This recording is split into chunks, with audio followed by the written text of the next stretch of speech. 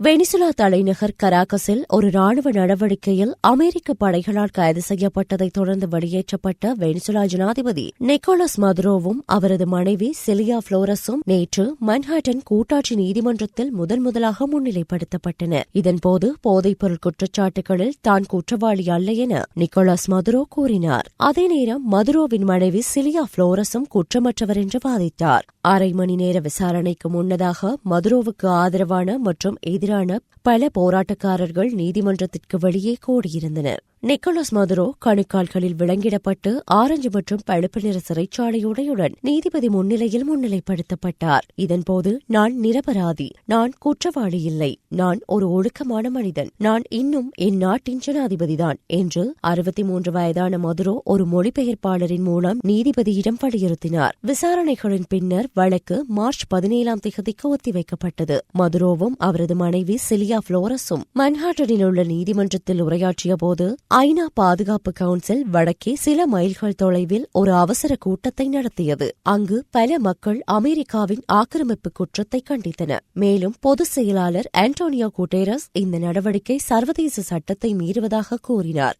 இதற்கிடையே வெனிசுலா உச்சநீதிமன்ற உத்தரவுப்படி துணை ஜனாதிபதி டெல்சி ராட்ரிக்ஸ் அந்நாட்டின் இடைக்கால ஜனாதிபதியாக பதவியேற்றுள்ளார். இந்நிலையில் வாஷிங்டனில் நேற்று செய்தியாளர்களிடம் பேசிய டிரம்ப், வெனிசுலா அரசு அமெரிக்காவுக்கு ஒத்துழைக்கவில்லை என்றால் அந்த நாடு கடுமையான விளைவுகளை சந்திக்க நேரிடும். வெனிசுலாவில் எண்ணெய் தொழிலை தொடங்குவதற்கும் போதைப்பொருள் கடத்தலை தடுப்பதற்கும் அமெரிக்கா மேற்கொள்ளும் முயற்சிகளுக்கு அந்நாட்டு அரசு முட்டுக்கட்டை போட்டால் மீண்டும் ஒருமுறை ராணுவ தாக்குதலுக்கு உத்தரவிட தயங்க மாட்டேன். சிறைப்பிடிக்கப்பட்டுள்ள நிக்கோலஸ் மதுரோ மீதான குற்றச்சாட்டுகள் நிரூபிக்கப்பட்டுள்ளதால் அவருக்கு நிச்சயம் தண்டனை கிடைக்கும் என்றும் தெரிவித்துள்ளார். இதேவேளை வெனிசுலாவின் ஜனாதிபதி அமெரிக்க படையினரால் சிறைப்பிடிக்கப்பட்டதைத் தொடர்ந்து சுவிட்சர்லாந்தில் உள்ள சொத்துக்கள் முடக்கப்பட்டுள்ளதாக அறிவிக்கப்பட்டுள்ளது. ஆளும் பெடரல் கவுன்சில் இன்று இது தொடர்பில் அறிவித்துள்ளது. குறித்த சொத்துக்கள் 4 ஆண்டுகள் முடக்கப்பட்டுள்ளதாகவும் சட்டவிரோத சொத்துக்கள் வெளியேறுவதை தடுப்பதை நோக்கமாக கொண்டுள்ளதாகவும் அறிவிக்கப்பட்டுள்ளது. சொத்து முடக்கம் தற்போதைய வெனிசுலா அரசாங்கத்தின் உறுப்பினர்களை பாதிக்காது என தெரிவித்துள்ளதுடன் வெனிசுலா மக்களுக்கு பயனளிக்கும் வகையில் சில நிதிகளை திருப்பித் தரவும் நடவடிக்கை எடுக்கப்படும் என்றும் குறிப்பிட்டுள்ளது.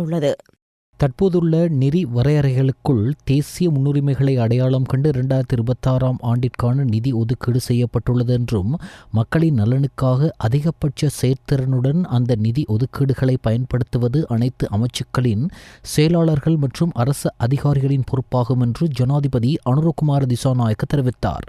மூலதன செலவாக எவ்வளவு நிதி ஒதுக்கப்பட்டாலும் உகந்த முறையில் அவற்றை செலவழித்து தேவையான நிதி மற்றும் பௌதீக முன்னேற்றத்தை அடைய கடந்த கால அரச பொறிமுறை தவறியதால் இந்நாட்டு மக்கள் பல அபிவிருத்தி வாய்ப்புகளை இழந்துள்ளனர் என்று ஜனாதிபதி சுட்டிக்காட்டினார்.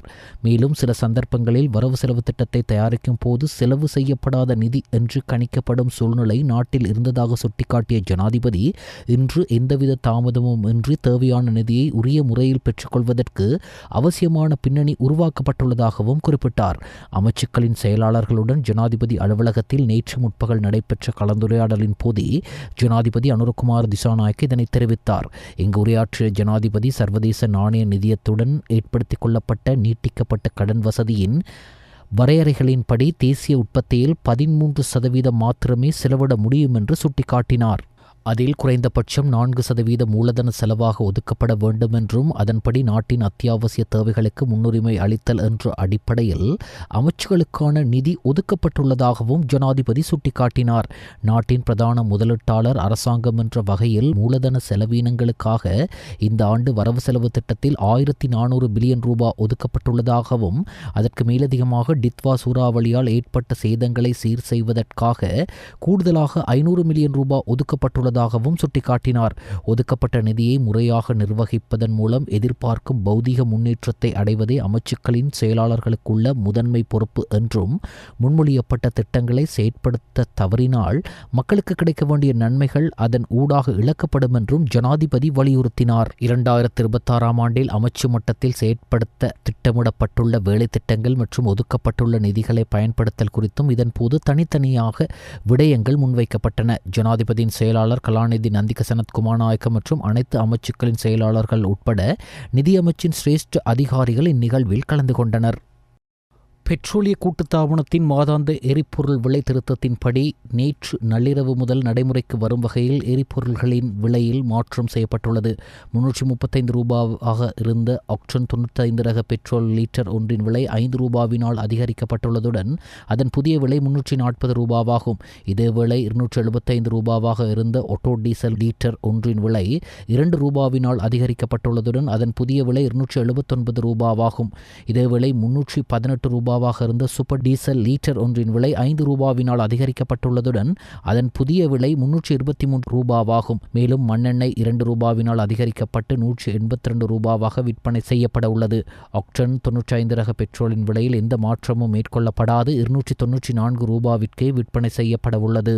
ஐக்கிய தேசிய கட்சியின் முன்னாள் பாராளுமன்ற உறுப்பினர் நவீன் திசாநாயக்க கட்சியின் உப தவிசாளராக நியமிக்கப்பட்டுள்ளார். ஐக்கிய தேசிய கட்சியின் 2026 ஆண்டிற்கான யாப்பின் 8.1.1c சரத்திற்கு அமைய நவீன் திசாநாயக்க இவ்வாறு உப தவிசாளராக நியமிக்கப்பட்டுள்ளதாக உத்தியோகபூர்வமாக அறிவிக்கப்பட்டுள்ளதாக தெரிவிக்கப்படுகிறது. அதற்கமைய 2026 ஜனவரி 3ஆம் தேதி முதல் நவீன் திசாநாயக்கவை சிரேஷ்ட உப தவிசாளராக பெயரிடுவதற்கு கட்சியின் மத்திய செயற்குழுவுக்கு பரிந்துரைக்கப்பட்டுள்ளதாகவும் குறிப்பிடப்பட்டுள்ளது.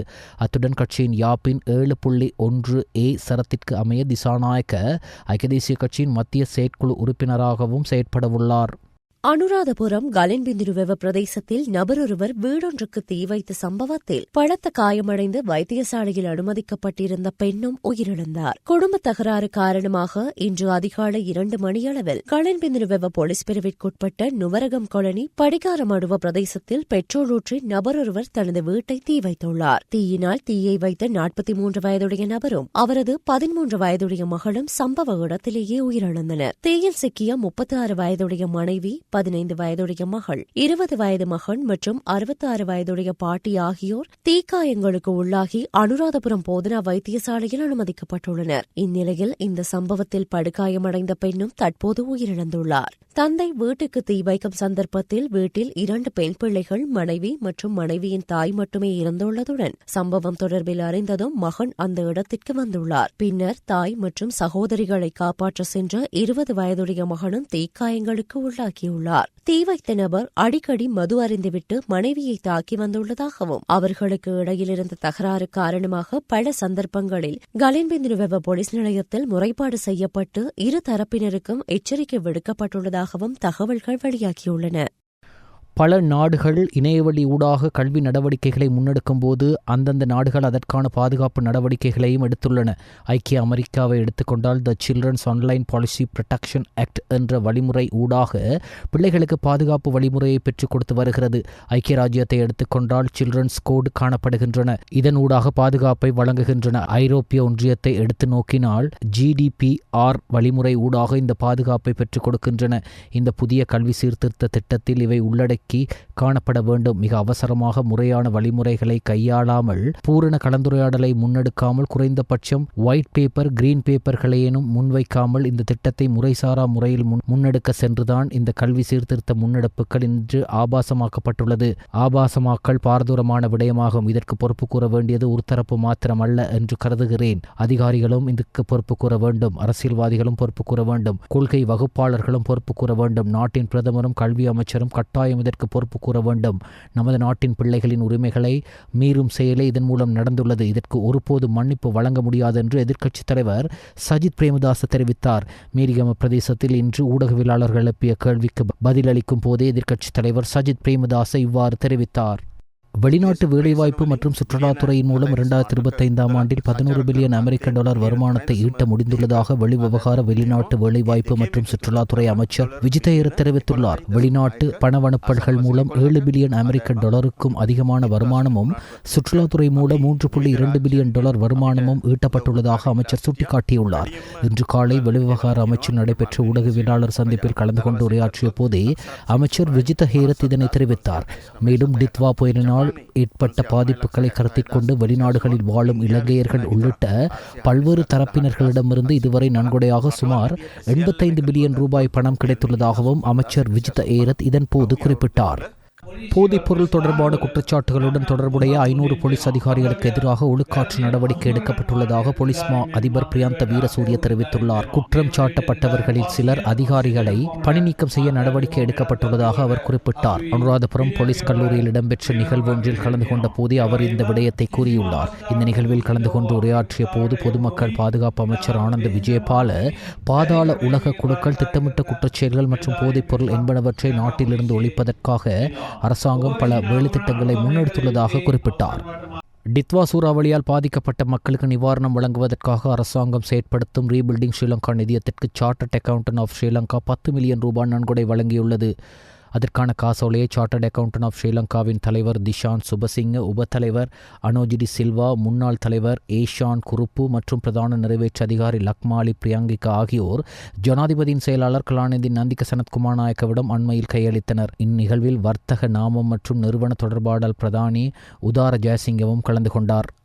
டித்வா சூறாவளியால் பாதிக்கப்பட்ட மக்களின் வாழ்க்கையை மீட்டெடுக்கவும் அனர்த்தத்தினால் பேரழிவிற்குள்ளான நாட்டை மீண்டும் கட்டியெழுப்பவும் ஆரம்பிக்கப்பட்ட ரீபில்டிங் ஸ்ரீலங்கா நிதியத்திற்கு ஏரத் என்டர்பிரைசஸ் பிரைவேட் லிமிடெட் மற்றும் இன்டர்மேக்ஸ் பிரைவேட் லிமிடெட் ஆகியவற்றினால் 3 மில்லியன் ரூபாய் நன்கொடை வழங்கப்பட்டது. இதன்படி ஏரத் என்டர்பிரைசஸ் பிரைவேட் லிமிடெட் நிறுவனத்தினால் 2 மில்லியன் ரூபாய் நன்கொடையாக வழங்கப்பட்டதுடன் அதற்கான காசோலையை சமீர சஞ்சீவ, ராஜித பண்டார் ஏரத், HK சசினி மதுகா, கயஞ்சினி சந்ததாரக ஏரத் மற்றும் AAMT சந்திரா ரோஹிணி ஆகியோர் ஜனாதிபதியின் செயலாளர் கலாநிதி நந்திக சனத்குமார் நாயக்கவிடம் அண்மையில் கையளித்தனர். மேலும் இன்டர்மேக்ஸ் பிரைவேட் லிமிடெட் நிறுவனம் மற்றும் முகாமைத்துவ பணிப்பாளர் சம்சாத் மரிக்கார் 1 மில்லியன் ரூபாய் நன்கொடைக்கான காசோலையை ஜனாதிபதியின் செயலாளர் கலாநிதி நந்திக சனத்குமார் நாயக்கவிடம் கையளித்தார். இந்நிகழ்வில் இன்டர்மேக்ஸ் பிரைவேட் லிமிடெடின் ரெஜினா மற்றும் ஏஷானி தில்ஹானி ஆகியோர் கலந்து கொண்டனர். டித்வா சூறாவளியால் பாதிக்கப்பட்ட மக்களின் வாழ்க்கையை மீட்டெடுக்கவும் அனர்த்தத்தினால் பேரழிவிற்குள்ளான நாட்டை மீண்டும் கட்டியெழுப்பவும் ஆரம்பிக்கப்பட்ட ரீபில்டிங் ஸ்ரீலங்கா நிதியத்திற்கு ஸ்ரீலங்கா ஜுவலர்ஸ் அசோசியேஷனினால் 10 மில்லியன் ரூபாய் நன்கொடை வழங்கப்பட்டது. ஸ்ரீலங்கா ஜுவலர்ஸ் அசோசியேஷன் தலைவர் ரத்னராஜா சரவணா குறித்த நிதி நன்கொடையை ஜனாதிபதியின் செயலாளர் கலாநிதி நந்திக சனத்குமார் நாயக்கவிடம் அண்மையில் கையளித்தார். இந்நிகழ்வில் ஸ்ரீலங்கா ஜுவல்லரி அசோசியேஷனின் செயலாளர் ராமன் பாலசுப்ரமணியம், பொருளாளர் முத்துரெட்டி ராமாஜெயம், ரவிக்குமார் மற்றும் நாராயணன் தவக்குமார் ஆகியோரும் கலந்து கொண்டனர். வெண்ணப்புவ வைக்கால தம்பரவில பிரதேசத்தில் இன்று காலை 5 பேர் சந்தேகத்திற்கிடமான முறையில் உயிரிழந்துள்ள நிலையில் மேலும் 2 வைத்தியசாலையில் சிகிச்சை பெற்று வருவதாக போலீசார் தெரிவிக்கின்றனர். சட்டவிரோத மதுபானம் என கருதப்படும் திரவம் ஒன்றே இந்த மரணங்களுக்கு காரணம் என தற்போது சந்தேகிக்கப்படுகிறது. வெண்ணப்புவ வைக்கால தம்பரவில பிரதேசத்தில் உள்ள அரைக்கு மாலையொன்றின் ஊழியர்கள் 5 சந்தேகத்திற்கிடமான முறையில் உயிரிழந்த சம்பவம் இன்று காலை பதிவாகியது. 2 நாட்களுக்கு முன்னர் இந்த குழுவினர் ஏதோ ஒரு திரவத்தை அருந்தியுள்ளதாக தெரிவிக்கப்படுகிறது. பின்னர் பல சந்தர்ப்பங்களில் அவர்களுக்கு உடல்நல குறைபாடுகள் ஏற்பட்டுள்ளதாக கூறப்படுகிறது. அவர்களில் 2 இன்று காலை அந்த ஆலையில் உள்ள அறையொன்றில் உயிரிழந்த நிலையில் காணப்பட்டுள்ளதுடன் மேலும் 3 ஆபத்தான நிலையில் வைத்தியசாலையில் அனுமதிக்கப்பட்டுள்ளனர். இதேவேளை அந்த ஆலையின் அருகிலுள்ள வீடொன்றில் இருந்த 2 இன்று காலை மர்மமான முறையில் உயிரிழந்துள்ளனர். அத்துடன் அதே பிரதேசத்தில் அமைந்துள்ள வாகன திருத்தகம் ஒன்றில் இருந்த மேலும் 3 இன்று காலை ஆபத்தான நோய் அறிகுறிகளை வெளிப்படுத்தியதுடன் பின்னர் அவர்களில் 2 உயிரிழந்துள்ளதாக தெரிவிக்கப்படுகிறது. இந்த மரணங்கள் தொடர்பில் வெண்ணப்புவ போலீசார் மேலதிக விசாரணைகளை மேற்கொண்டு வருவதுடன் சட்டவிரோத மதுபானம் அருந்தியமையே இதற்கு காரணமாக இருக்கலாம் என தற்போது சந்தேகிக்கப்படுகிறது. எவ்வாறாயினும் இச்சம்பவம் தொடர்பில் பெண்ணொருவர் கைது செய்யப்பட்டுள்ளதாக போலீஸ் ஊடகப் பிரிவு தெரிவித்துள்ளது. சக போலீஸ் உத்தியோகத்தர் ஒருவரிடம் 72,000 ரூபாய் பணம் மற்றும் கைபேசியை லஞ்சமாக பெற்றுக் கொண்டதாக கூறப்படும் உதவி போலீஸ் அத்தியட்சகர் மற்றும் பெண் சார்ஜென்ட் ஆகியோரை லஞ்ச ஒழிப்பு ஆணைக்குழுவினர் கைது செய்துள்ளனர். வெள்ளாவளி காவல் நிலையத்தில் பணியாற்றும் காவல்துறை உத்தியோகத்தர் ஒருவர் தனது வீட்டிலிருந்து பணிக்கு வந்து செல்வதற்காக மட்டக்களப்பு பிரிவுக்கு பொறுப்பான போலீஸ் அத்தியட்சகரின் அனுமதியை பெற வேண்டியிருந்தது. இதற்கான பரிந்துரைகளை செய்து தருவதாக கூறி அவரிடமிருந்து பல சந்தர்ப்பங்களில் கைபேசி உள்ளிட்ட பொருட்களையும் 72,000 ரூபாய் பணத்தையும் சந்தேக நபர்கள் லஞ்சமாக கோரி பெற்றுள்ளனர். இது தொடர்பில் கிடைத்த முறைப்பாட்டுக்கமைய லஞ்ச ஒழிப்பு ஆணைக்குழுவின் அதிகாரிகளால் இன்று இந்த கைது நடவடிக்கை முன்னெடுக்கப்பட்டன. இன்று காலை நுவரெலிய போலீஸ் அத்தியட்சகர் அலுவலகத்தினுள் வைத்து அங்கிருந்த உதவி போலீஸ் அத்தியட்சகரால் கைது செய்யப்பட்டார். பின்னர் பிற்பகல் கல்முனை உதவி போலீஸ் அத்தியட்சகர் அலுவலகத்தில் வைத்து அங்கிருந்த பெண் போலீஸ் சார்ஜென்ட் இந்த சம்பவம் தொடர்பில் கைது செய்யப்பட்டார். கைது செய்யப்பட்டுள்ள சந்தேக நபர்கள் 2 முறையே ஆகியோரை நுவரெலியா மற்றும் கல்முனை நீதவான் நீதிமன்றங்களில் முன்னிலைப்படுத்த நடவடிக்கை எடுக்கப்பட்டுள்ளதாக லஞ்ச ஒழிப்பு ஆணைக்குழுவின் ஊடகப் பிரிவு தெரிவித்துள்ளது. 2026 புதுவருட பிறப்பை முன்னிட்டு வாய்ஸ் ஆஃப் ஏசியா ஊடக வலையமைப்பு அலுவலகத்தில் புத்தாண்டு கொண்டாட்டம் வெகு விமர்சையாக நடைபெற்றது. நானோயார் ரதெல்ல குறுக்கு வீதியில் பயணித்த லொரி ஒன்றில் ஏற்பட்ட இயந்திர கோளாறு காரணமாக சாரதிக்கு வாகனத்தை கட்டுப்படுத்த முடியாத காரணத்தினால் சாரதியின் கட்டுப்பாட்டை இழந்து விபத்துக்குள்ளானது. குறித்த விபத்து நேற்று பிற்பகல் இடம்பெற்றுள்ளது. இந்நிலையில் லொரியின் சாரதி மயிரிழையில் சிறுகாயங்களுடன் உயிர் தப்பியுள்ளார் என நானோயா போலீசார் தெரிவித்தனர். கடந்த சில நாட்களாக குறித்த வீதியில் அதிகமான வாகனங்கள் அடிக்கடி விபத்துக்குள்ளாகி வருகிறது. பெரும்பாலான விபத்து அதிக சுமைகளுடன் செங்குத்தான வீதியில் அதிக வேகமாக செல்லும் வாகனங்களினால் ஏற்பட்டு வருகிறது. அத்துடன் பெரும்பாலான வீதி விபத்துக்கள் சாரதிகளின் கவனயீனத்தால் ஏற்படுகிறது. நானோயார் ரதெல்ல குறுக்கு வீதியானது 3.2 கிலோமீட்டர் தூரம் கொண்டது. இதில் செங்குத்தான அதிக சரிவுகளையும் பாரிய வளைவுகளையும் கொண்டுள்ளதால் தகுந்த தடையாளிகளை பாவித்து வாகனங்களை செலுத்த வேண்டும் போன்ற வசனங்கள் எழுதப்பட்ட அறிவிப்பு பலகைகளும் இவ்வீதியில் இருபுறமும் ஏராளமான இடங்களில் வைக்கப்பட்டுள்ளது. எட்டன் வெளியோயா கீழ்பிரிவு பிரதேசத்தில் அமைந்துள்ள ஸ்டார் கிட்ஸ் முன்பள்ளியின் வருடாந்த கலை நிகழ்வு ஆகுரோயா தமிழ் வித்தியாலய பாடசாலையின் பிரதான மண்டபத்தில் மிகவும் கோலாகலமாக நடைபெற்றது. ஸ்டார் கிட்ஸ் முன்பள்ளியின் அதிபர் கிருஷ்ணராஜா ரிஷாந்தினி தலைமையில் இடம்பெற்ற இந்த நிகழ்வில் மாணவர்களின் கலை நிகழ்வுகள் இடம்பெற்றது. தொடர்ந்து முன்பள்ளியிலிருந்து தரம் 1க்கு செல்லும் மாணவர்களுக்கு நினைவு சின்னங்கள், பதக்கங்கள், சான்றிதழ்கள் வழங்கி வைக்கப்பட்டது. இந்நிகழ்வில் வெளியோயா கிராம நிலதாரி வினாதேவி மற்றும் நிறுவனத்தின் பிரதான ஒருங்கிணைப்பாளர் திரு நிக்கலஸ் ஆகியோரும் ஆகுரோயா தமிழ் மாவித்தியாலயத்தின் அதிபர் மற்றும் பெற்றோர்கள், மாணவர்கள் ஆகியோர் கலந்து சிறப்பித்தனர்.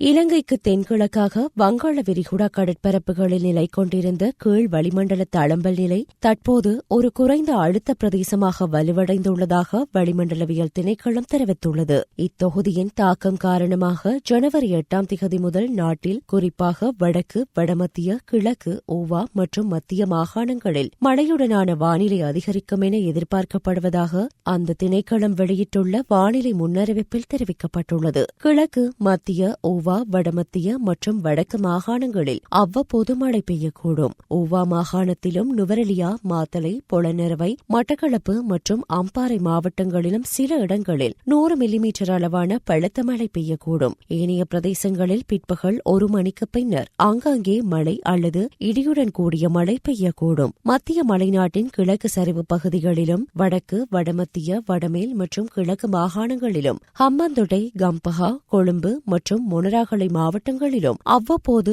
மணித்தியாலத்திற்கு 50 கிலோமீட்டர் வேகத்தில் பலத்த காற்று வீசக்கூடும். இடியுடன் கூடிய மழையின் போது தற்காலிகமாக வீசக்கூடிய பலத்த காற்று மற்றும் மின்னல் தாக்கங்களினால் ஏற்படக்கூடிய விபத்துக்களை குறைக்க தேவையான நடவடிக்கைகளை மேற்கொள்ளுமாறு வளிமண்டலவியல் திணைக்களம் பொதுமக்களை அறிவுறுத்தியுள்ளது. ஜப்பானின் ஷிமானே மாகாணத்தில் 6.2 ரிக்டர் அளவிலான சக்தி வாய்ந்த நிலநடுக்கம் பதிவாகியுள்ளது. நிலநடுக்க தீவிரத்தன்மை அளவுகோலின்படி இது 5ஆம் நிலை கொண்ட ஒரு சக்தி வாய்ந்த நிலநடுக்கம் என தெரிவிக்கப்பட்டுள்ளது. இது அந்நாட்டு நேரப்படி இன்று காலை 10:18 மணியளவில் இடம்பெற்றுள்ளதாக தெரிவிக்கப்படுகிறது. மேலும் 10 நிமிடங்களுக்கு பின்னர் யசுகி பிரதேசத்தில் நிலநடுக்க தீவிரத்தன்மை அளவுகோலில் 5க்கும் குறைந்த மற்றொரு நிலநடுக்கம் ஏற்பட்டது. இதன் தாக்கம் ரிக்டர் அளவுகோலில் 5.1 இந்த நிலநடுக்கங்கள் தொடர்பில் ஜப்பானிய வானிலை ஆய்வு மையம் எவ்வித சுனாமி எச்சரிக்கையும் விடுக்கவில்லை. எவ்வாறாயினும் பல பின்னதிர்வுகள் ஏற்பட்டுள்ளதாக தெரிவிக்கப்பட்டுள்ளது. நைஜீரியாவில் ஆயுத போராளிகள் நடத்திய துப்பாக்கி சூட்டில் 30க்கும் மேற்பட்டோர் பலியாகினர். மேற்கு ஆப்பிரிக்க நாடான நைஜீரியாவின் வடக்கு பகுதியிலுள்ள நைஜர் மாகாணத்தின் போர்க்கு மாவட்டத்திலுள்ள கசுவான் டாஜி கிராமத்துக்குள் ஆயுதமேந்திய கிளர்ச்சியாளர்கள் குழுவினர் நுழைந்து துப்பாக்கி சூடு நடத்தினர். கண்ணில் பட்டவர்களை சரமாரியாக அவர்கள் சுட்டதில் 30க்கும் மேற்பட்டோர் பலியாகினர். இந்த தாக்குதலின் போது அங்கிருந்த வீடுகளை தீ வைத்து எரித்தனர். தாக்குதலின் முடிவில் கிராமத்தில் வசித்து வந்த குழந்தைகள் உள்ளிட்ட பலரை கிளர்ச்சி கிளர்ச்சியாளர்கள் கடத்தி சென்றனர். அரசுக்கு எதிராக போரிட்டு வரும் கிளர்ச்சியாளர்களை அடக்க நைஜீரிய படைகள் போரிட்டு வருவதால் கிராமப்புறங்களில் அந்நாட்டு அரசால் போதிய பாதுகாப்பு வழங்கப்பட முடியாத சூழல் நிலவுகிறது. பிரித்தானியாவில் கிறிஸ்துமஸ் விடுமுறை முடிந்து மக்கள் பணிக்கு திரும்பியுள்ள நிலையில் பிரித்தானியாவின் பல பகுதிகளில் நிலவும் கடும் பனிப்பொழிவு காரணமாக இயல்பு வாழ்க்கை முடங்கியுள்ளது. வடக்கு ஸ்காட்லாந்தில் கடும் பனிப்பொழிவுக்கான ஆம்பர் எச்சரிக்கை விடுக்கப்பட்டுள்ளதோடு அபர்டீன் மற்றும் ஷெட்லாந்து பகுதிகளில் பாடசாலைகளும் மூடப்பட்டுள்ளன. பல விமான சேவைகள் ரத்து செய்யப்பட்டுள்ளதோடு வீதிகள் அபாயகரமாக இருப்பதால் அத்தியாவசியமற்ற பயணங்களை தவிர்க்குமாறு போலீசார் அறிவுறுத்தியுள்ளனர். மேலும் கடும் குளிர் காரணமாக முதியவர்கள் மற்றும் நோயாளிகளின் உடல் நலனில் அதிக கவனம் செலுத்துமாறு சுகாதார பிரிவு எச்சரித்துள்ளது. இலங்கை கிரிக்கெட் அணியின் தலைமை பயிற்சியாளரான முன்னாள் அதிரடி துடுப்பாட்ட வீரர் சனத் ஜயசூரிய அடுத்த மாதம் 7ஆம் தேதி ஆரம்பமாகும் ICC T20 உலகக்கிண்ண கிரிக்கெட் தொடருடன் பதவியிலிருந்து விலகவுள்ளதாக தகவல் கசிந்துள்ளது. இலங்கை கிரிக்கெட் சபை அவரது பதவியை நீடிப்பதற்கு ஆர்வம் காட்டி வரும் நிலையிலேயே இந்த தகவல் வெளியாகியது. 2024 ஜூலையில் இந்தியாவுக்கு எதிராக சொந்த மண்ணில் நடைபெற்ற தொடரில் தற்காலிக பயிற்சியாளராகவே ஜயசூரிய அழைக்கப்பட்டிருந்தார். அந்த தொடரில் பல தசாப்தங்களின் பின் இந்தியாவுக்கு எதிரான ஒருநாள் தொடரை இலங்கை அணி வென்றதை அடுத்தே ஜயசூரிய இலங்கை அணியின் தலைமை பயிற்சியாளராக நியமிக்கப்பட்டார். ஜயசூரியவை தொடர்ந்தும் பயிற்சியாளராக தக்கவைப்பதற்கு எதிர்பார்ப்பதாக இலங்கை கிரிக்கெட் சபை தலைவர் ஷமி சில்வா குறிப்பிட்டுள்ளார்.